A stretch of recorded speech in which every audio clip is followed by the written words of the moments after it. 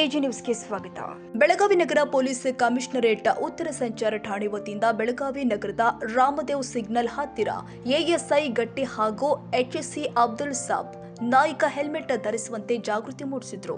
ಈ ಸಂದರ್ಭದಲ್ಲಿ ಮಾತನಾಡಿದ ಪೊಲೀಸರು, ರಸ್ತೆ ಮೇಲೆ ವಾಹನ ಸವಾರು ಬೈಕ್ ಓಡಿಸಬೇಕಾದರೆ ಹೆಲ್ಮೆಟ್ ಕಡ್ಡಾಯವಾಗಿ ಧರಿಸಬೇಕು. ಹೆಲ್ಮೆಟ್ ಧರಿಸಿದರೆ ಸುರಕ್ಷಿತ ಪ್ರಯಾಣ ಮಾಡಬಹುದು ಎಂದಿದ್ದಾರೆ.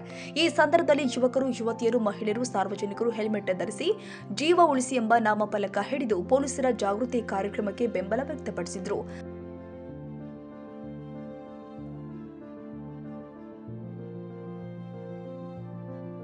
ಕನ್ನಡಿಗರ ಮೆಚ್ಚಿನ ನಿಮ್ಮ ಎಜೆ 24/7 ನ್ಯೂಸ್ ಕನ್ನಡ ವಾಹಿನಿ ಇದೀಗ ಟಿವಿಯಲ್ಲಿ ಲಭ್ಯ. ಒಂದು ವೇಳೆ ನೋಟಿಸ್ ಕೊಟ್ಟಿದ್ರೆ ವಾಪಸ್ ತಗೋತೀವಿ. ಇವತ್ತು ವಕ್ಫ್ ಪ್ರಾಪರ್ಟಿ ಅಂತೇಳಿ ಬರ್ತದೆ ಅಂತ ಹೇಳಿದ್ರೆ ರೈತರ ಬೀದಿಗೆ ಬಂದು ಏನ್ ಮಾಡ್ಬೇಕಾಗತ್ತೆ? ಯಾರು ವೋಟ್ ಹಾಕಲಿಲ್ಲ ಅಂದ್ರೆ ಗ್ಯಾರಂಟಿನೆಲ್ಲ ಸ್ಟಾಪ್ ಮಾಡ್ಬಿಡ್ತೀವಿ.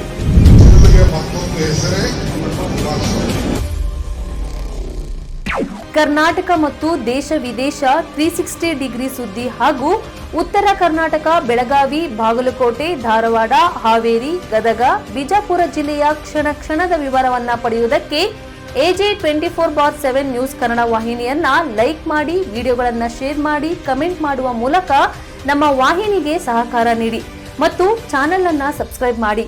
ಧನ್ಯವಾದಗಳು.